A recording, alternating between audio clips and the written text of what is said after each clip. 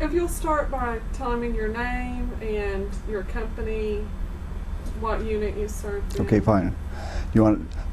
My name is Jack Hicks. I served in the Company C of the 56th Armored Infantry Battalion. I was in the 2nd platoon. Okay. Tell me about your early years, where you were born. Okay. I was born in Brooklyn, Iowa. It's a small town of about 1,200 people. Went through school there. Went to University of Iowa in 1942 and 1943. Was drafted into the service in 43 and went through a Camp Dodge, in other words, in Des Moines, Iowa. From there, I remember going down to Camp Fannin, and I remember we went down through St. Louis on the 4th of July, very warm, very hot in those days. We didn't have much for air conditioning. I remember riding on the Wabash Railroad, which in those days there was no air-conditioned cars or anything like that, and I can remember the dirt and stuff flying from the steam engines, in other words, to there. From St. Louis, we had to lay over several hours before we went on, and we eventually wound up at Texarkana, I think. I'm not sure, but anyway, from there, we were transferred to Camp Fannin and did our basic training in Camp Fannin. And I'd had a year of engineering, and from there we went to, was transferred to, in September of 43, went to Texas A&M. So you already had 2 years of school? One year of engineering. Right. Before you were drafted? Right. And then how did you get into the ASDP program? Well, I even before, in other words, drafted it, I think we signed up for in college, in other words, to go into this. We thought that was going to be a great program. We were all going to become officers and finish our engineering degree on the thing, and it didn't pan out that way. Right. Tell me what life was like at Texas A&M. Texas A&M, after being at Camp Fannin, which was in East Texas. Are you both Texans? Well, anyway, yeah. It was very hot and humid there. Of course, there was no air conditioning, and Tyler is a dry town, and you know, you couldn't get, I guess maybe we get beer at PX, but you couldn't go to town anyway. We did go, if you wanted to go for a little life, you went to Gladewater. In other words, it was a little more wide open, and I remember one of the things that I remember about that is we went to one of the so-called Texas honky-tonks out in the country. We hired a taxi to take us out there several miles, and that's where I got my first taste of some of your Texas-type music. I was a musician, too, in college. I played big band, in other words, and was a very fine band on the thing. Of course, with everybody leaving for the service and stuff, you'd lose your lead alto and this and that on the thing. But I played with the big band. But after my military service, I did not play anymore on the thing. I went back and I'm getting ahead of myself on it. So anyway, from Camp Fannin, we went to Texas A&M. I was of all the schools to get sent to, Texas A&M, I thought I'd get sent to some cushy school up north where it was co-educational, you know, and all those, and a lot of people did get that opportunity. They shipped all of us to either Texas A&M or some of these states here, which was not co-educational at that time. We marched to class, we marched to our mess halls, but one thing that I do remember was the fine food that we had in the mess halls at Texas A&M. Excellent. Can you tell me what classes you took? Well, I was pretty easy for me on the thing, because I'd had a year of engineering, and actually I took about everything that I'd had before except geography or some stuff like that. So I had a pretty easy time of it, for at least the first semester. Second semester was a little bit, but it was really cushiony as far as that was concerned. So they were mainly engineering? It was engineering, right. They were training all to be engineers on a short deal. I don't think if you would have stayed in it, you'd have been completed in 3 years on the thing on it. Okay. Do you remember any of your professors? No, I don't. I really don't. I do remember that I remember the bonfires at the Thanksgiving time when Texas A&M and Texas University played. I remember going to that game that particular year in 1943, and I don't even remember which one on the thing on it. But I do remember that lots of gals would come up there to go to that game, and I can remember the Texan gals. They were rather long and slim and tall gals on the thing. What did you think when you were told that the ASDP program was closing? Oh, we were confused, I guess, and probably disappointed. I really didn't feel any bitterness at that time on the thing on it. It was just something else to do on the thing.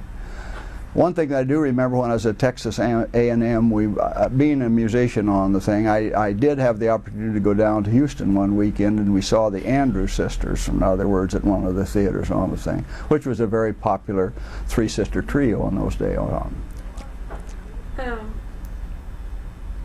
How did you get sent to Camp Barkley? I don't know. There were most of all of us that was in our particular class and dormitory. We all wound up with that. Few of them wound up with I think the 103rd Division or another. Some of them went down to, and I don't remember the camp that they went to on thing. But most of us went to the 12th Armored out here at Camp Barkley. Tell me about Camp Barkley.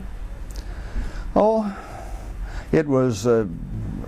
We came in April, see, and I know we went out on maneuvers at that a little later on thing. It was pretty cool at night. The thing I liked about it got hot in the daytime, but in the night it was very cool, very dry, windy, and rather dusty on the thing.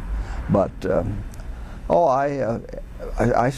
know, you're younger there, you survive those things without any problems on it, and I don't say I enjoyed it, but I enjoyed operating some of the different equipment and things like that. What types of equipment did you operate? Well, they trained us on all of it. In other words, you drove a Jeep, you drove a 3/4 ton, and then you drove a 6x6, and you drove a half track. In other words, you were supposed to be qualified and drive that. I didn't have the opportunity to drive that. I was just an ordinary rifleman. Did you ever get to come into Abilene? Oh yeah, 2 or 3 times, and of course Abilene was a dry town then on it, but we come in and get a nice steak, and I can't remember where or that, but I remember coming down to do that. Tell me about leaving Camp Barkley. What happened? Well, like I heard this morning talking about leaving at night on the thing, I do remember leaving at night on the train, and we were on a Pullman. I think there was 2 of us slept together on the lower bunk, and I think 1 up above on this particular Pullman. And I'm not sure. I think we must have been on that all the way. In other words, it must have been 3 days or something like that. We went to Camp Shanks, New York. But I do remember, and I don't remember whether it was our train or that, or we went cars, but I do remember they had some things like box cars, in other words, where they had bunk beds in there, and that looked like a pretty nice way to travel too. A little longer bed and one guy on top of you on the things rather than 2 of you together and 1 above on the old Pullman type. But I do remember that, and we went to Camp Shanks, New York. And how long were you in Camp Shanks? I don't know, maybe a week or 2, but I do remember that in 1944 they had New York had a hurricane, pretty significant hurricane, and I remember that was one of the night, probably the only night we ever got a pass to go to New York City on the thing.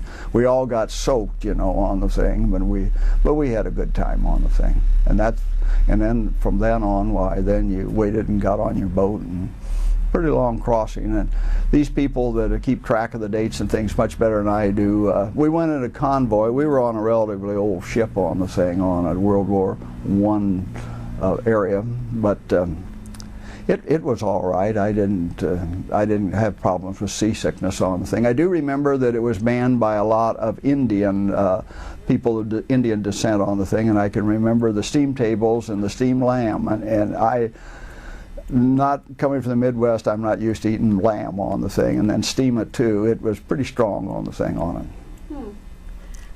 What did you do on the ship?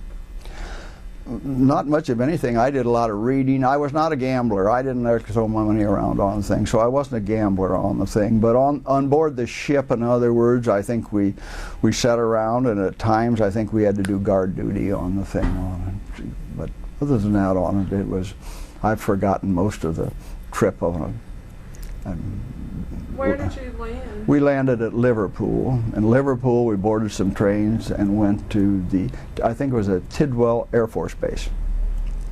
And that's where we stayed in that area till we got ready to go overseas. Tidwell, I do remember going to town at night.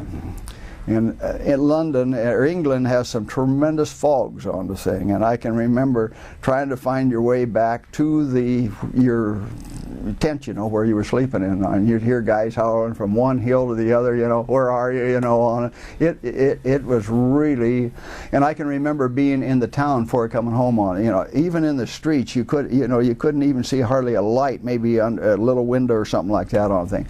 Tremendous fog on the thing on it. I do remember that. That's about it. While we're at Tidwell, we got to go to London. We went down to London, in other words, on one pass. I remember Rainbow Circle down there. You'll hear people talk about that. I've since been to London on the thing for work or something. But anyway, and then there was a burlesque theater called the Windmill Theater. That's where we all went to that, to see the last girls, in other words. But I do remember that in London. And I don't remember at that time whether or not they were having the V-buzz bombs or not. I'm not sure. I probably think it was, in other words, that area. But I remember hearing those, and I'd been in London later on the thing on it in the spring of the year, and it must have been in the time we were there, which would have been probably November or late October, November. In other words, I remember the buzz bomb on the thing on them. How long were you there? I don't remember. I don't remember. I remember we left there, we left the camp and we went down to Southampton. And we shipped out of Southampton for Le Havre. And the only one incident I remember on the thing, we were, of course, being a lowly private, you know, you weren't up where you could see anything. You were in the bottom of the boat on the thing. And I do remember as we were shipping out of Le Havre, our boat collided with another boat, hit something on the side, see, on the thing, and we were sitting down there and kerbang, you know, on the thing. Well, it didn't damage the boat structurally on the thing, but I do remember it just we went upstairs to look around and it cut a lifeboat right in half on the thing. They were hanging like that on the thing. So we went on to Le Havre, and that was the rest of the ride was very good. It wasn't very long to get across there on the thing, and then we had to unload. They didn't have any dock facilities at Le Havre at that time on it, so we unloaded by rope ladder around there and got into these small, I can't even remember the boats, you know, where they get into, and they took us into where they could get a little closer, and then we walked up out of there. Okay. Tell me a little bit about what an Armored Infantry Battalion does. Well, the Armored Infantry Battalion, first of all, in other words, lots of times, the thing is a lot of the times they take us up there to where they want us to go or attack from on the thing, and the half-tracks turn around, gets back into a protected area, and we go on and work with the tanks and things like that on the thing. Some of the first areas we were involved in was clearing out some of the homes, in other words, checking for things like that on. Mostly found civilians in there. I do remember one thing that, well, do you want anything else on that? I remember going across France, in other words, in a half-track, you know, and they have, in Southwest Pacific, we call bitumen roads, and this actually is an asphalt road, see, on it, and these old tracks on the thing. Of course, we had a cover over the top of the thing and a little hole about like that back there. We'd get out of there and we'd be dirty, filthy dirty from all that stuff dry, and it was a long old haul across there. And one of the things and I don't know whether it was in Lyons or where, but we were in an old military deal, and about 3 stories, cold. It was in October, maybe November on thing on it, but everybody had a fire going. We had little fireplaces, in other words, in the deal, and it must have had a metal deal to contain the fire. But I can remember I was on guard that night. At one night we were out there on the thing, outside on the thing, and watching. Pretty soon you'd see a whole bunch of fire coming out a window, you know, on the thing. It got the floors on the fire, you know. Everybody get too hot on it. They get that fireplace wasn't used to the way we were trying to. They're probably designed for charcoal or something like that. We were burning crates and stuff like anything you get to burn on the thing, and I can remember seeing that fire coming out of that. The other thing is we were up on the Marginal Line, the old Marginal, French Marginal Line, and the other thing that I remember very well, we was in these gun emplacements on the thing, and they all had water in the bottom of them. You know, you couldn't get a dry spot on the thing on it, and but the thing is, it was terribly muddy. And the old tanks would drag, in other words, clear down, and they'd go on their belly, see. And then you had these great big tank tracks full of water, see, on thing. And at night up there, you'd be walking along, see, and you couldn't see anything, you know, it was that dark. And you'd step into one of those tank tracks, you know, and you'd go about this far into water, and then, of course, you had no dry place to get. I remember that very well, in other words, how deep those tank tracks were and how much water was in them. So that was some of our first. Well, I guess a Marginal Line. I don't think we did anything there on it. I really don't. I think that it was pretty well taken where we were at on it. When you went into the towns, you said there were mainly just... Yeah, there wasn't any Germans in there on it. How did you go into the towns? Well, we just went from one house to the other and kind of used the standard type deal of open the door and holler, and sometimes they threw a grenade in when we probably shouldn't have on the thing on it with some family involved in it. But I don't, and any of them that I was involved, I don't believe we hurt any civilians. But there really wasn't anything there on the thing. When was the first time that you encountered Germans? Oh.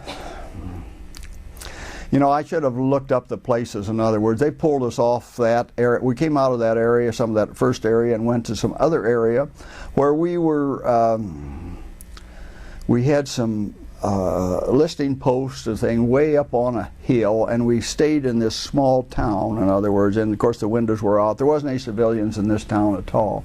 I remember that thing. And we would go out on guard duty. I suppose it was, I don't know what, even remember the 4 hours or 6 hours or what, maybe 4 hours. But anyway, we had a long walk to get up there to do it. And we were getting shelling too on the thing.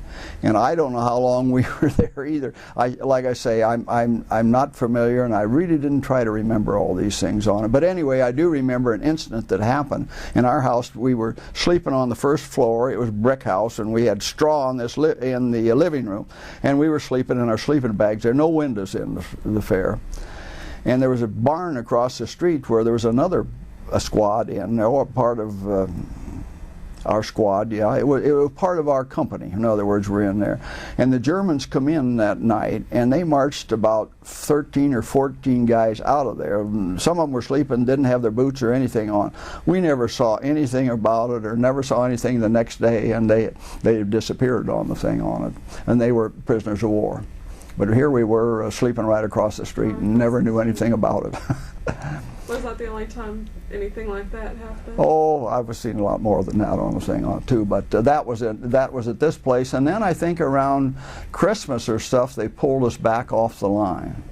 And I think we got an opportunity to get a shower. And I think it must have been 6 weeks before we had a shower. You just threw your clothes in a heap there on it, and they give you new clothes, in other words. And that was the last shower I had for quite a while till, well, I got back. I don't know whether I took any in the hospital or not. But anyway, that was that. Then we jumped off for Herlesheim, in that Herlesheim area on the thing, and that was, well, they pulled us back in because, again, I guess the Germans, they had a push across north of Strasbourg after the Battle of Bulge.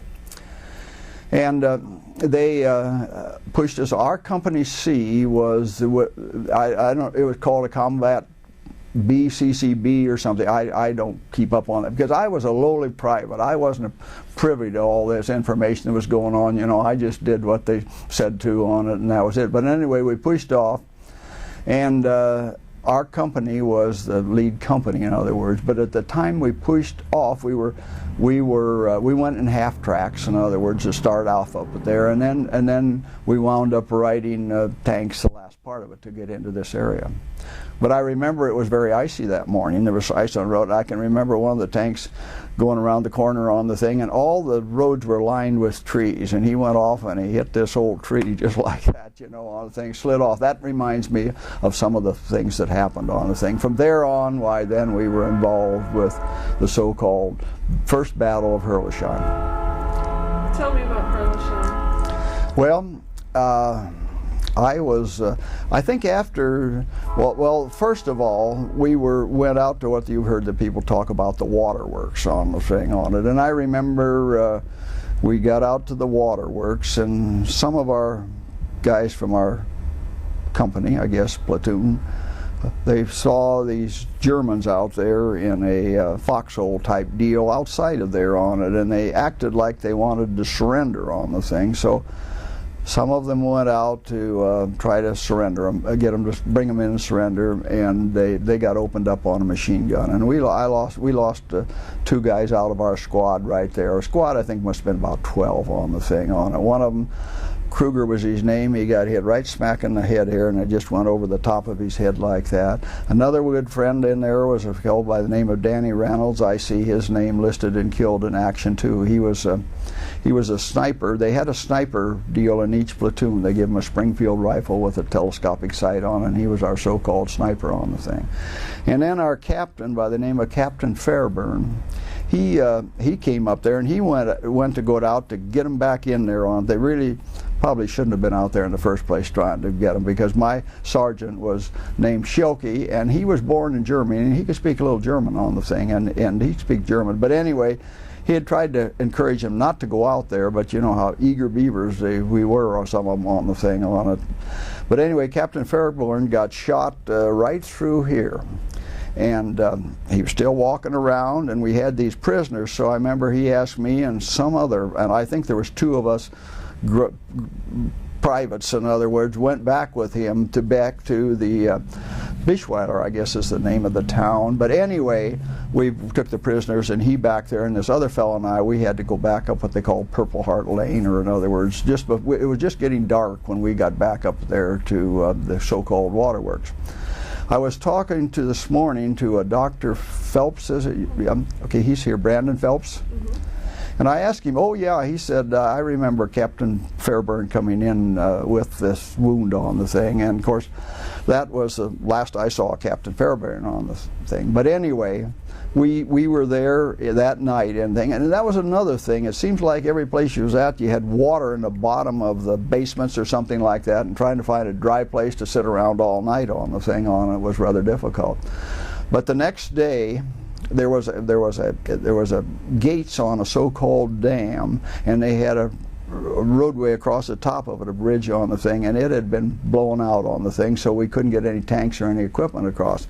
So they sent out, and then our company C company was not the lead company, and I don't know whether it's B or A, in other words, but we had to essentially run from there to Herlesheim, from the waterworks on the thing on that side. And the thing was interesting, you know, you were taught to get up and run and count 4 and hit the dirt on the thing, and that was just about the time that it'd take the machine guns would open up on you on the thing on it. So we were the last company going up there. One of the other things that I remember is, as we were going up there on the thing, there was 4 tanks pulled up on the other side of this Zorn River. It wasn't a very big river, but they couldn't drive across it, couldn't get any equipment across it at that point. And one right after the other, they caught the 88 fire on it, and they burned up just like that on the thing. It was just amazing. They knocked out about 4 of them right now on the thing. I think the kid ahead of me he got shot right across the buttocks on the thing. He got shot. Jenkins was his name. We kept running. We had another fellow by the name of Canterbury in our squad, and he got hit. And I don't know, chest or someplace on the thing, but we were pretty close to Herlesheim when he got hit. But I was fortunate, and I made it into Herlesheim with our squad on the thing. We lost a couple guys. Well, we'd lost about 3 out of 12 by that time on the thing. So we got into Herlesheim late afternoon. We were last company in, I think. But anyway, I remember the sergeant and I and another fellow by the name of Kuster was my buddy most of the time on the thing. We had to go out, get a stretcher and go out and get Canterbury. Well, by that time in the evening, it was getting dusky on it, and they weren't shooting at us. So I remember we carried him into where we were at. We had a house, and there was a kitchen in there, and that's where we had all the wounded in there. And we had the basement, and then there was a kind of a summer kitchen out there where they had a cook stove and things like that. But and then that night, it was a pretty wild night on the thing on it. It was lots of activity that night. The thing is, we were shooting, the machine guns were shooting tracers, see, on the thing, which they shouldn't have been doing on the thing. But as that, pretty soon, of course, then we found out that there was a German tanks in there too, on, I don't know whether tank or what, but anything, just as soon, pretty soon on the thing, they had zeroed in on every one of those positions with machine guns, and then they just systematically cut around and shot every at least a shot at the machine gun emplacements on the thing on it. We had a basement that we could get down into too, in other words, we did on the thing. And I'll remember one other thing, and that night on the thing, there was Germans around in town, and we weren't out walking around. But I was watching, in other words, and those homes, in other words, had fiber roofs, in other words, and Thatch is the name on the thing, and we were firing, our artillery was evidently firing phosphorus shells on the thing, and of course they fired right, it got into the roofs of these houses, and there was I think it was A Company across there on the thing on it, but I could remember them catching on fire, in other words, on it, and of course the guys had to get out, and when all this light on it, why we could see the German soldiers, and of course, as they'd come out, why they'd capture. We were shooting at the Germans too, but we saw those people from that company get caught as prisoners of war. Next day was a relatively quiet day. It wasn't too much activity the next morning on the thing. I remember another incident which was a bad incident on the thing on it. You like warm food on the thing, so we had K rations, so we just had this cook stove, and so we threw the containers in, which we had waxed on the thing, and they put out smoke, see? And we were all sitting around this cook stove, in other words, eating our warmed up K rations on the thing, and of course they saw the smoke on the thing, and they put a 88 right into us right there on the thing on it, and it killed the guy sitting right next to me. His name's there, Sergeant Taylor. One other incident that I might say at this point here on the thing, I was back for the Colmar liberation of Colmar, which was in February of 1995, and I went to the Epinal funeral, I think it was Epinal funeral, or not funeral, Epinal cemetery. But anyway, in all these, there was a lot of our people buried there, but the thing that surprised me on the thing was that there was for those missing in action, why they have a whole area on the thing on it, and here was his name on the thing. We left our dead when we left that night on the thing, but got all the wounded out, and I still can't understand exactly why he turned up missing in action on the thing, but that was afterwards. So in other words, the other thing they said is, well, we're going to retreat that night, and in my own mind, I really didn't, not knowing the situation very well, and I didn't think we should have retreated on the thing, but we did on the thing. I remember it was terrible foggy that night. They had a 2-wire bridge, one for your hands and one for your feet, and that's what we were evacuated. We went across on the thing on that. And we went back to an area, I think, near Bitchweiler, and we had a bunch of foxholes out there to watch on the thing on it, and that's where I spent the rest of my days, in other words, with the 12th Armored, or the C Company 56. And you see these snowpacks that they have out there, rubber bottoms, leather uppers. I'm from Iowa. We used to wear them in the winter, hunted a lot, see, on the thing on it. And when they gave it to us, why, they said, now here's 2 big pair of socks. You put one in behind your back like this and wear the other, see, on it, and change every so many hours, And I thought that's a bunch of hooey, on the thing on it. I didn't do it on the thing, which I should have on the thing on it. I probably wouldn't be here today if I had maybe on the thing. But anyway, I wound up about January 15th or something like that. We were on the line, and that same night they pushed out again. In other words, they pushed out again, and they really cleaned out the rest of our company on. There was one guy left of my squad, in other words, after that night on the thing. And for a while I felt, I should have been there on the thing, and then I never saw, I'll tell you the rest of my career too, but I never saw anybody from my company, in other words, again on thing. So I was in New York. I used to go a lot to Washington, D.C., and so I flew up to see my sergeant one time. He lived on Long Island, and we spent an evening on that, and he said, that was a good, you needn't have thought come back on the thing, because there wasn't anybody left, the original old buddies on the thing. So anyway, at that time, he said, when we were in Bishweiler there, he said, you go up and see first aid. And I did. I took my shoe off, and my socks were frozen right to the bottom of my shoes on the thing on. And they sent me to, I rode the ambulance, I wasn't back to the evacuation deal. And then from there, they sent me to a hospital, I think in Lyon, France. And I remember I'd been, out in the cold for quite a few days and get some fresh, warm food, and boy, I went to sleep. And it wasn't a very fancy hospital because it was just cots, in other words. I woke up and after I don't know how many hours, and here these two guys sitting there on the thing on it, and they were Sikhs, in other words, from the French Moroccan army, and I'm a country boy. I'm not used to seeing those turban guys on the thing on. I had a hard time figuring out where in the H I was on the thing on it. But from there, I was evacuated by a hospital train back to Paris. And I remember on this hospital train, Madeleine Carroll, who was, you wouldn't know, but was a movie actress back in the era that I come from on it. And she was serving with the Red Cross on the thing. I remember visiting her. Also, remember a German prisoner was above me that was all shot up on the thing. I was ambulatory, but they put you in and let you lay in the bed on the thing on it.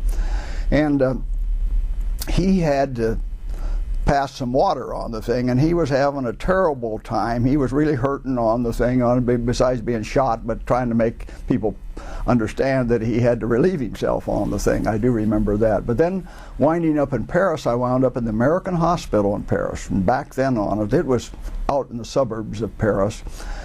10th or 11th floor, beautiful, sit there, look at Paris, fine food, warmth on the thing, great life on the thing. And I was ambulatory, I wasn't hurting on the thing. Another thing I remember in one of these earlier hospitals, and maybe they made us sleep with our feet out, In other words, even you know what I mean. You didn't want to thaw those feet out and get them too warm too quick. They made us sleep with our feet out. From Paris, I went on a hospital train to Cherbourg, hospital ship to Southampton again, and then I wound up in a general hospital, in other words, in England. And of all below places to land up, I wound up in a tent. In other words, outside, in other words, not in a nice surroundings or anything like that. Tell me about the inside of a foxhole.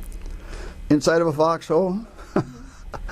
Depended on how much time you had or how much time you stayed there on the thing. It was very difficult digging when there was a lot of snow and frost there on the thing at that time on. It was not easy on the thing. It was just big enough to get in, and the other guy, I don't even think we made a seat out of the thing on it. I think you dug down as deep as you could in that, and you find anything to put over the top of you, and by that I mean brush, stuff like that.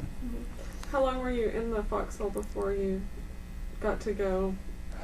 Well, I was in other words, it wasn't from there, it was from all the business on the thing on it. In other words, I wore these boots and stuff like that on thing, and I suppose it was probably from about first part of January, in other words, to about the 15th. We were in and out of foxholes and live in other places that you could find. Sometimes we were in the kitchen, in other words, of somebody's house. Yeah. What happened after you got to your tent hospital? Yeah, well, they come along and give you a Purple Heart, and I didn't think I deserved any Purple Heart, but they gave you one on the thing on it. They said I was limited service, so that meant I didn't go back to my outfit. I had a couple years of typing in high school, and I was also a musician.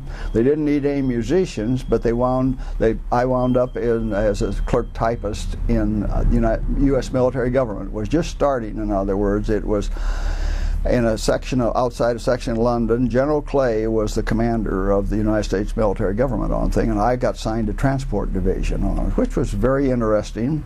We took the boat train back to Versailles. Was our next assignment after London. And the boat train was interesting, when they tell me boat train, I thought I'd be going to ride on a nice car, and then they'd put it on the boat and we'd go over on the other side. It wasn't anything like that at all. We went down and we got in the London subway. I never will forget the London subway, how many positions it has to go down to. So we went down there, and then we went down to the coast and got on a little boat that wasn't very big at all on the thing on it, and went across to Le Havre, and we pulled right up to the what stone type dock on the thing, got off the boat, went up the stairs, and here's a train waiting for us. We got on the train, and there's our boat train into Paris, in other words, at Versailles area. And we were Versailles, I don't remember, in other words,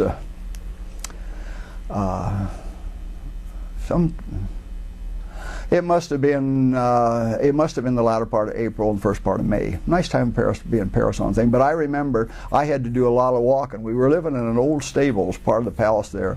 And I got a recurrence of some problems from this trench foot on the thing, and I wound up in the hospital. I was in the hospital on VE Day on the thing, on my ankle swollen up on water retention, I guess, on the thing. And so I just barely got out of the hospital in time. We moved up to Frankfurt. Frankfurt, we flew. I remember we flew. We flew on the thing, and we were stationed in a little town of Hicks, which was west of Frankfurt. IG Farben was the industry there, and we used their building. Another thing that I remember very vividly on the thing is in Frankfurt. Frankfurt was just devastated. In other words, a town. You know, you run just train station. I can remember that. I've been back there since several times on the thing going through there. But then the other thing was here's this SHAFE building, Supreme Headquarters building out there. It was an IG Farben building sitting out there, perfectly intact on the thing, and they had planned not to bomb it. You know, in other words, that was the reason that it sat there perfectly intact on the thing. So from there we went to Berlin. Like I said, I had some good. I was glad I didn't stay with the 12th in that relationship, because I'd have been sitting on guard duty down there in some place and not doing much on the thing. Now, this way, I was at least seeing something, meeting some interesting people, working for some interesting people in the transport division of trying to get things running.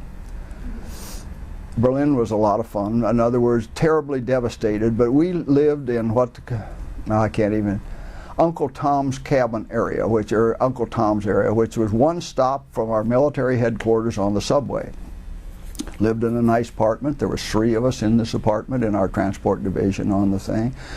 And we had a nice mess hall. We had an NCO club where we had band, booze every night at the first part of the evening, and then later on, it ran out, and we'd always come home with a big glass of champagne, in other words, on the subway, and one stop on the thing. It was good duty on the thing. And then those days you could go into the Russian zone, no problems, and had some good times. Wannsee is a big lake west there on the thing. We'd go out canoeing on it, and met a lot of interesting people. How long were you there? Well, I was there from latter part of July, right after the Potsdamer conference, in other words, where Stalin and all those, which is right west of Berlin. And I left there in March. Went down southern Germany, where I was telling you about. How long were you there in southern Germany? Oh, I don't know, a week or 2. Something there, I loaded on a train and went to Liège, Belgium, I guess, and Antwerp, Belgium, not Liège, Antwerp, Belgium, and shipped out of there on a victory ship and came home through New York again. Did you bring any souvenirs with you? No, I tell you, not really on the thing, because, I picked up a very nice camera when I was in Berlin. Traded it for cigarettes there's a great big monument there between the areas. Now I can't remember the name, but that was a big black market area at that time on it, and I got that. But see, I lost everything. When I went back to the hospitals on thing, I never saw anything of my personal items again. So, but then you had to kind of reformat and add to it. What was it like coming back to New York? Oh, it was a pretty rough ride in March on the thing, and we were on this, I think we were Victory, not Liberty, but I can remember that we had pretty good waves on the thing, a lot of people sick, but I do remember that when that, the bow would come up and it'd come down, and of course a welded structure like that has a lot of vibrations. It would just shake it was very noisy on the thing on it. How did you feel when you saw New York? Oh, I was glad to be home, I'm sure of it. And we went to New York and shot them up that night on the thing. We got a pass on the thing on it. Had a big time. Did you go back home to? Yes, I went back to, I was discharged in Wisconsin. And I don't remember that, but then I went to Chicago, and then from Chicago back to Iowa on the thing on. And after that, went on with my schooling in September and graduated in electrical engineering in 1949. How many credits did you get?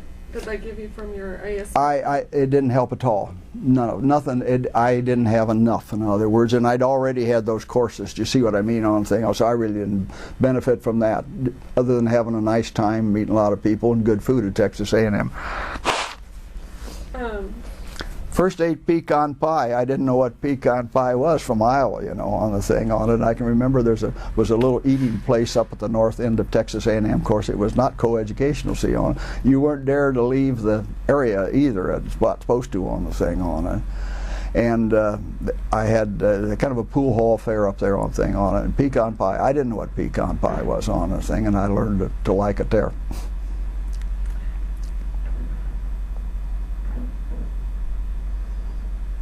What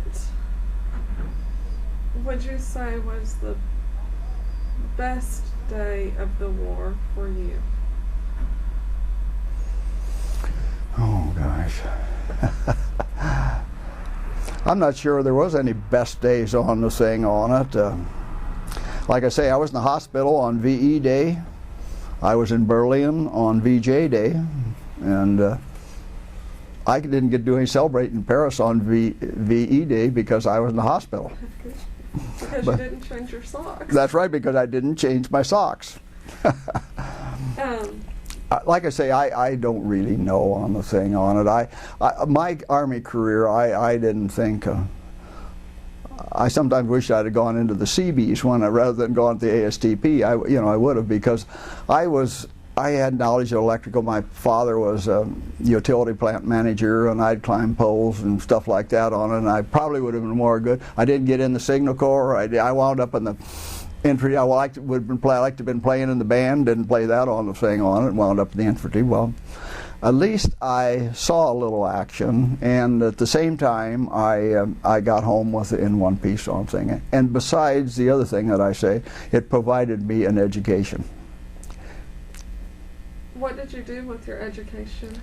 Well, my background is electrical engineer in the distribution of electricity, not the communication aspect of it. And I went to work for a rural electric co-op as engineer in '49, and then I made manager in '53, and I stayed there in that type of work to '85. And retired. But in some of the other days on the thing on it, after my parents had passed away and my family was such they could, I worked overseas. The first assignment I had was in Papua New Guinea, in the island of Bougainville, in other words. And I had an uncle that was a Marine colonel on the island of Funafuti, which didn't see much action, but what they did see is Eddie Rickenbacker was flying on a C-47, and they ran out of gas on the thing, and they wound up in the ocean on the thing, and I think they were in a life raft for quite a few days on the thing. But anyway, in this island my uncle was commander of on the thing, they had one of these great big old amphibian type single engine mammoth boats, and they were the ones that found Rickenbacker and his people on the thing. So I always wanted to get South Pacific.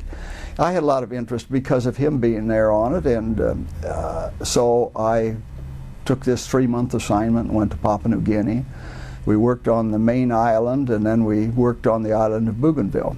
And while I was there and there was, in those days on 76, there was still lots of evidence of the Japs being there and things like that. I was always interested in that. And then we also were down to Guadalcanal. I went down to Guadalcanal a few days, and then we were up to Rabaul on the island, New Ireland, which was the Japanese headquarters doing World II. So that was one of my first endeavors, in other words, that things that I really enjoyed doing is working with developing countries. And I had a lot more than that, too. Did you marry? Oh, yes. I married in 1948. We have 3 children, I think 5 grandchildren, and 1 great child. And all of my children are living in the same area of Cedar Rapids on the thing, Marion. So how old were you when you went into the service? I must have been, let's see, 43. I was 19. So you were one of the young ones. What? Yeah, yeah, right. You could tell at least I can get around halfway decent still. Tell me about when Pearl Harbor was bombed, how did you feel? Well, I remember that very well on the thing on it. I was hunting that day. I grew up as a kid. We did a lot of hunting and stuff like that on it. Hunting, come back in, and we had at our church, it was Methodist church, they had an oyster supper that night on it. Of course, we'd heard it on the radio, and some of the people said, "Oh, it'll be over in a few weeks on the thing on it." Well, I really didn't have enough knowledge of the overall situation to make any estimate on the thing, but again, it certainly didn't on it. And I remember the President Roosevelt the next day in high school, or Monday or whatever it was on it, because the 7th was on a Sunday on the thing. They had the radio in there, and we heard his proclamation of war, in other words, at that time. I really didn't think that I'd be involved in it at that time very strongly on the thing, but of course as closer the dates come, you realized you would. Speaking of Pearl Harbor Day, I was in the Philippines. I work in the Philippines in 50 years later, and my wife and I went that Saturday, I think it was on Saturday, but anyway, we went to the island of Corregidor and toured it on the thing. But I was very disappointed in the Philippines. In other words, they didn't make a big deal over the 50-year deal on it. Is there any one thing that you would want people who may watch this tape, what would you want to tell them? Oh boy.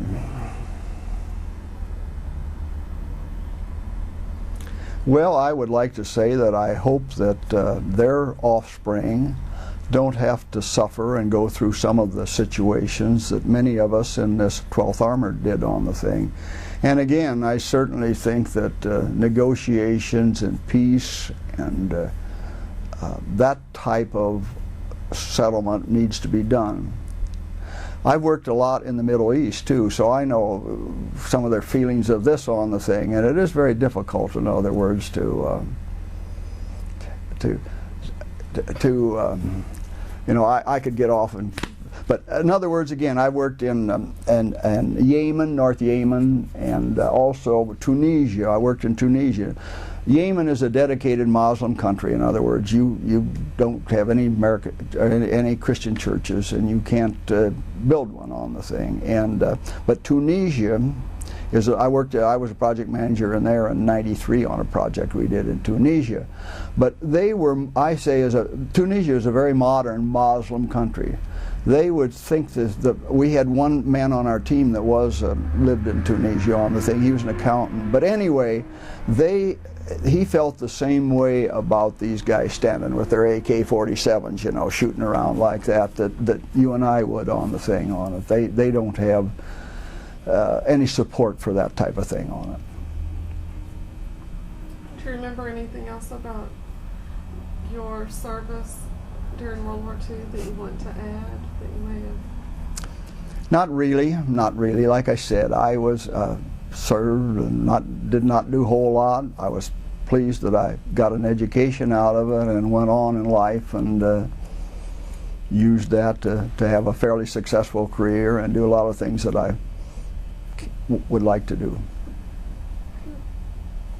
You want to know what I'm doing in retirement and stuff like that? If you want to go on, okay. I never did tell you where I worked on the thing. First was Papua New Guinea. And the next time I went, I went to Saipan. I guess did a little project Saipan. Then that same year I went down to Western Samoa. Very poor country, but lovely people down there in Samoa. For United Nations, I went back again in a couple years to Western Samoa. We'd finish up a project. While I was there, I went down to Tonga and New Zealand in regard to use of some explosives for getting through rock that was the overflow from volcanoes that we don't have in Iowa, and I didn't know anything about it, but in other words of how to blow the holes, in other words, so we could set poles on the thing. So I got a nice deal. Of course in Papua New Guinea in those days, we had to go to Australia, back up to Brisbane, and back up to Port Moresby, see, on it. So got a lot of nice traveling out of that. Then, let's see, after that, I guess the next time I went to India to present a paper and do some work there, and I was not very pleased and thrilled with India. And then from that I've worked in I had a nice assignment on Eastern Caribbean. I lived on the island of Antigua for 6 months on the thing, and I traveled to all the other islands in the Eastern Caribbean, wound up at Barbados for a while. From there they sent me to Uganda. I was in Uganda working a project, and from there to Nepal. Time I got home, I was gone a year, and I wound up going around the world on the thing. So I had a lovely period. My wife and I went back to Nepal. We were there about 4 months. I was in Thailand too. I don't remember what year it was. Must have been 81 on the thing. But I've been in 2 countries when they overthrew the government on the thing. And I credit some of my military experience, in other words, not get caught up in some trouble on the thing on it. So that's been one benefit of serving the service. At least be aware of, you don't stand out there in front with a camera in front of a tank or something and try to take a picture on the thing. Then, like Nepal, I was in Sao Paulo, Brazil for equipment. That's been about. And Philippines. I was in the Philippines 6 different times on the thing on it. Worked in there on it and enjoyed working with the Filipino fine people on the thing. But that's been my career. Then I came home and I worked for a consulting engineering firm out of Canada. I retired at 62 in 1985, and then I worked for Burns and McDonnell consulting engineering firm out of Kansas City on not a full-time basis but a part-time basis. Did that for a number of years, and I got tired of trying to stay technically abreast. In other words, you can't go out on a job as a consultant and expect to learn on the job. You know, you're supposed to know something before you get there. So you have to learn. With all this new software, as we all work with on the thing, you got to spend some time with it, in other words, to be able to utilize it.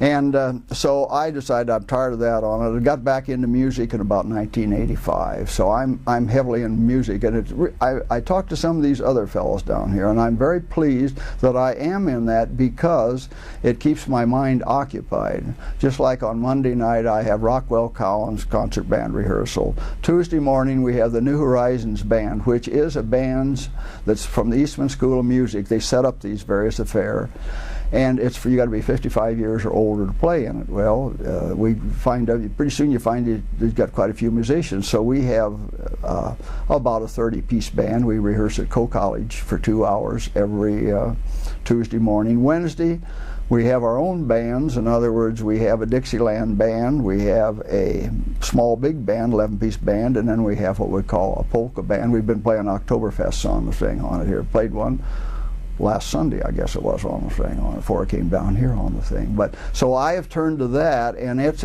very enjoyable on the thing on it. It keeps me busy, keeps my mind working, and trying to learn to play a couple more things on it myself. I play sax, clarinet, and those I've been trying to get back in the keyboard on the thing, and the other is the electric bass on the thing on.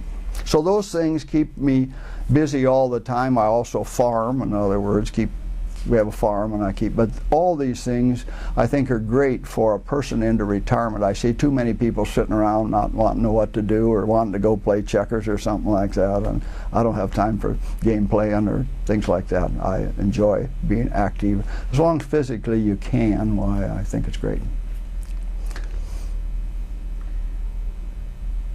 Is there anything else? I've told you my story of my life, huh? Well, I did a lot of flying too after I got a pilot's license. I had about 3,200 hours of pilot and command. I had what you call single engine, multi-engine, and instrument rating on the thing. Did a lot of flying with my job, and so that's another thing. It challenges you, in other words, to do some of these things. You know, you've got to spend some time on the study and all the radio procedures and things like that that's required. I'm not in it anymore, thank goodness. I couldn't afford to stay in it. In other words, you have to have some pretty good income to do this on. You said earlier that when the ASTP ended, you weren't bitter then. Looking back now? Yes, I think so. I'm saying on it. Yeah. Of course, I've read some of these books, you know, on the ASTP. What is it? In the Foxholes. What's that one? scholars in the foxholes and stuff like that. I didn't think so much of it.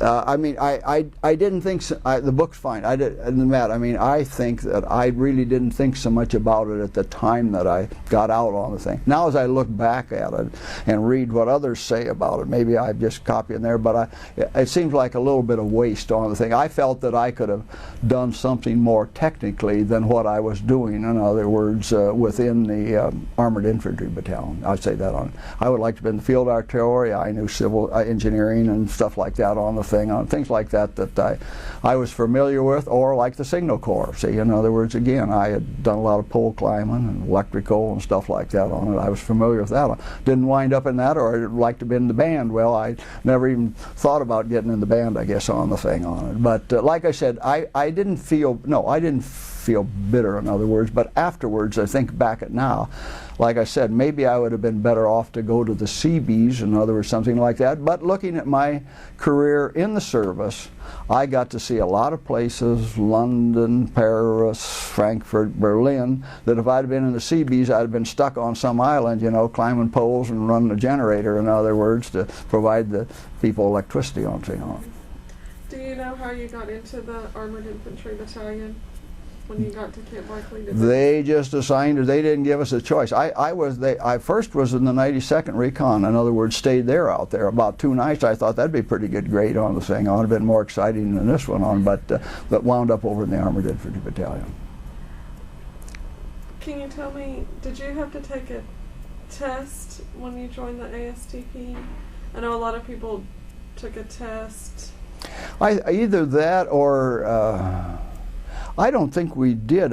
Someplace along the line they took intelligence. We took an intelligence test. You had to have a number of 145 or something. You remember what they called that or not? I can't remember. Okay. Well, that was somewhere along the line. I don't think we took a test. I think we applied for ASDP on the thing, that we were interested in it, because when I went in, why I went right into ASTP. I didn't decide. I guess they signed the Army, and I said yes. I've been asked to be an ASTP on it. Okay. But I talked to another fellow that he was a staff sergeant in the Air Corps, and he gave up his staff sergeant's deal to go over to ASTP on it, and wound up a buck private most of all the rest of the time in the service. Mm-hmm. But I wound up as a sergeant with the other on it. I was a PFC when I was in the other one. They made us all PFCs, I think, at such and such a date. Okay. Thank you very much. Well, thank you. I hope it wasn't too boring for you.